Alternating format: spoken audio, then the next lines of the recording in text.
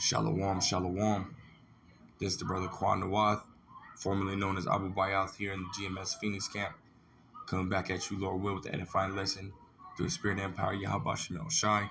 Before I get started, I want to give all praise, honor, and glory unto Yahweh, Bahashem, Yahweh Shai, Bahashem, Rachak Kodash.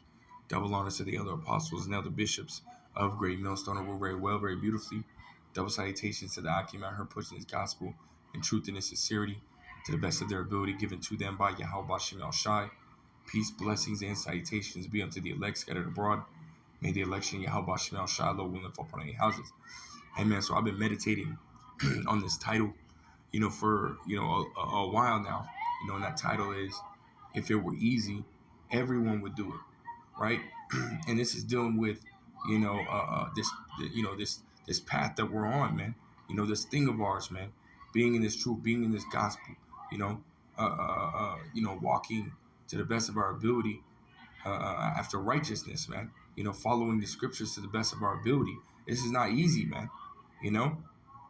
We're constantly being beat down. We're constantly being, persecuted, constantly being afflicted, demons are constantly trying to hop on our minds and hop on the people around us, our families.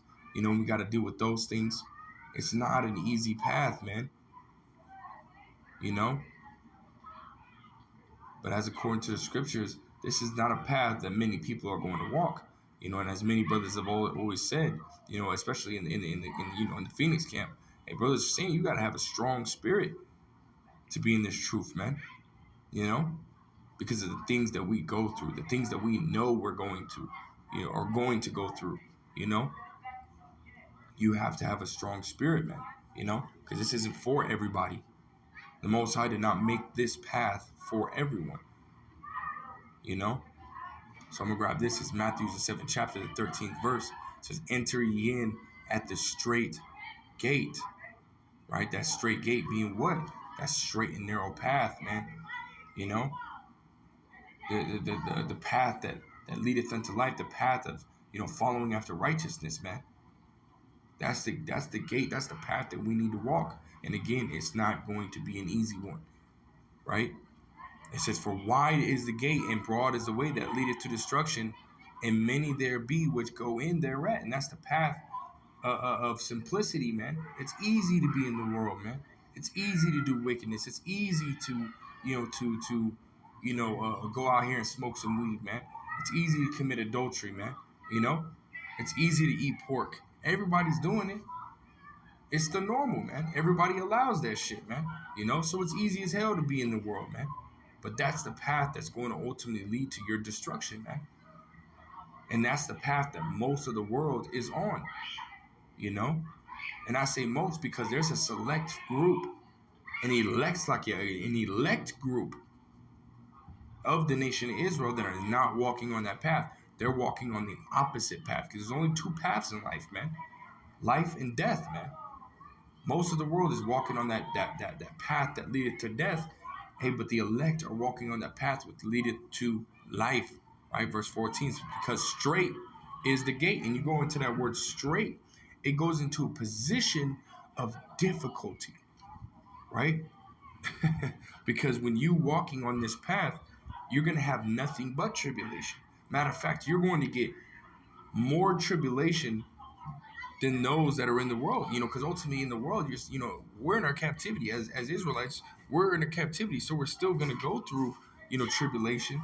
We're still going to go through afflictions and so on and so forth. From Esau, Hey, but when you're walking this straight and narrow path, it amplifies, man. Right? It amplifies. I'm gonna come back to this. Matter of fact, I'll finish this out. This is Matthew 7:14, because straight is the gate and narrow is the way that leadeth unto life, and few be there that find it. Right? Few people are going to be walking this path. But I want to grab this real quick. This is Isaiah, I think it's 58 and verse 14. It might be 54. Oh, 15. It's like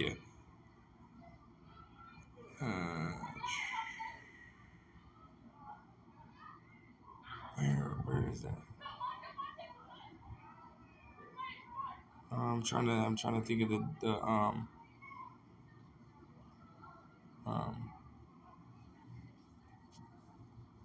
what is that? Fuck, man. Um, yeah, man, Salakia, man. It's in Isaiah. Can't remember exactly where it's at, man. Um, but it basically is going into, when we, when we turn away from wickedness and follow after righteousness. Hey, ultimately, what, man? The hell turns up, man. You know. I thought it was 50. Slack man. If anybody can find it, Babu Shah, put it in the comment board, or something, man. But it slipped my mind. Lord will could come back to me. But yeah, man. So we're gonna go through all different types of affliction and persecution, and again, even more than the average Joe in the world goes through, man. You know. Hey, we have an example of that. Apostle Paul. Apostle Paul was going through fucking hell, man, for this word, man. You know. Let's go. This is Second Corinthians chapter 11. Oh man, yeah, Issachar ringing them bells, man. Trying to on that hustle, man. This is Second Corinthians chapter 11, verse 24. It says, "Of the Jews, 5 times received I 40 stripes, save one." And so he was whipped, man. He was whipped constantly. It says 5 times, man. That's a lot, man. That's a lot of pain and anguish, man. Verse 25, it says, "Thrice," meaning 3 times, "was I beaten with rods. Once was I stoned." Hey, you can read about that, man. Apostle Paul was stoned to death, man. You know?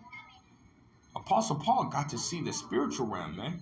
Correct me if I'm wrong. I think he saw the third heaven, because there's different levels of so-called heaven, man. The spiritual realm, man.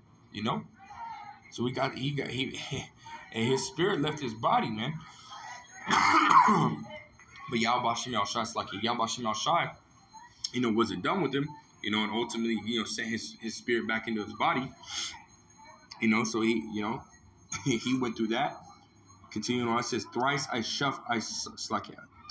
suffered shipwreck. A night and a day have I been in the deep." Wow, man. Come on, man. That's self-explanatory, man. Verse 26, it says, in journeying often in perils of water, in perils of robbers, in perils of my own countrymen, in perils by the heathen, in perils in the city, in perils in the wilderness, in perils in the sea, in perils among false brethren, in weariness and painfulness, in watching often, in hunger and in thirst, in fasting often, in cold and nakedness.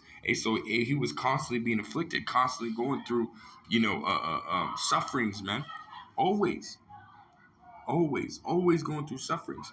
And again, I want to go back, we're back to that precept, the one that I forgot, that's in Isaiah. When you ultimately turn away from wickedness and you turn to righteousness, the hell increases, man. It increases, right? So we're going through more afflictions, more persecutions, more sufferings. Fucking say it, man. More sufferings than the average Joe, man. This is why it takes a strong spirit to be in this truth, and this is exactly why it's not for everybody. As soon as these people in the world, as soon as they start going through, shit that doesn't look like there's any end, or doesn't look like there's gonna be any leeway, or anything like that, or that shit, it just seems like, man, this is it. It's all, I don't know what to do. And those people, they break, they let that be their fall. Hey, but the men of the Lord, hey, guess what? They have hope, they have faith, and that faith in Yahweh Shai, believing that Yahweh Shai is going to help them and deliver them from them troubles, is what's ultimately going to aid in them being delivered, man. Getting the hell up out of here, man.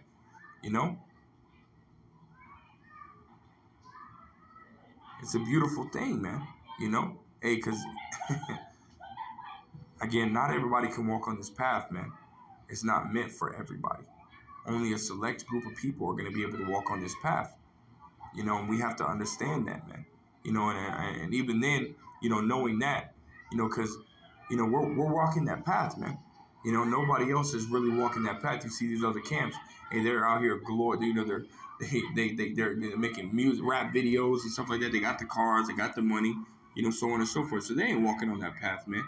You know. And here at Great Millstone, starting at the Elder Apostles, hey, we're walking on that path, man. We don't have the things that like these other camps in the world, or even the people in the world, that are outside of these camps. You know, we don't have shit, man. We're just hey, just like Apostle Paul said, man. He said, give me uh, uh, um, what is it? Give me food that is convenient for me. You know, I think if I'm quoting that right, and so we only got what we need, man. You know, and we're content with it. Apostle Paul said that, man, and he's content with whatever situation that he's in, man. He said he knows how to abound, he knows how to abase, man. Whatever situation he's in, he's content, and we're content. Why? Because we have that faith. We understand that there's something greater on the other side, man. Whereas in the world, hey, there's destruction that's on the other side. and again, we know that not everybody can deal with these kind of things, man. So we're ultimately blessed to be on this path, man. Those that are walking on that straight and narrow path, they're blessed. You know, God, man, we're blessed. And I don't really have too much. I just wanted to get that out. I don't want to ramble on. You know,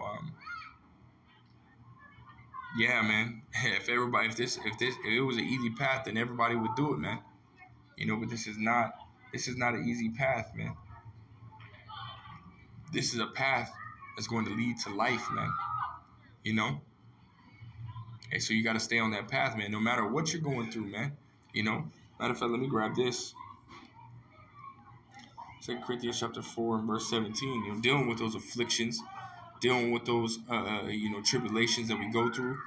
2 Corinthians 4 and verse 17 says, "For our light affliction, which is but for a moment, worketh for us a far more exceeding and eternal weight of glory." Right, man. So we have to understand that these things are only but for a moment. And they're not gonna last long, man. Just like Apostle Paul. Apostle Paul went through what he went through. You know, and what happened, man? Hey, Apostle Paul was made part of the elect, man. After going through what he went through, man. Which we already know the elect were, preordained from the beginning. But it just solidified his spot, man. What Apostle Paul went through, man. Apostle Paul went through a lot of shit for the name of Yahweh Shai, man. And he still is, man. He's back in the reincarnation. We don't necessarily know exactly who he is, but we speculate on who he might be. Hey, but we have to understand that these things that we're going through, for those that are walking on that path, hey, they're only but for a moment, man. We only got to deal with them for so long, and soon we're going to be in the kingdom, man. Soon we're going to be on top. Soon we're going to be rulers, man. It's like you. Yeah, man. It's right around the corner, man. So that's all I really got. I don't want to, like I said, most of this is just, I only had a couple precepts, set out. The rest of it, ultimately through the Spirit. But yeah, man. So Lord will is edifying. Lord will straight to the point. I want to give all praise, honor, glory to Yahweh Shem Shah, Shema Kakadash. Double honors to the elder apostles, the elder bishops of Great Millstone. Peace, blessings, and salutations be unto the elect scattered abroad. Again, it's the brother Kwawanath, Sakia Kwan Nawath, formerly known as Abu Bayath. I want to say shalom. Till next time.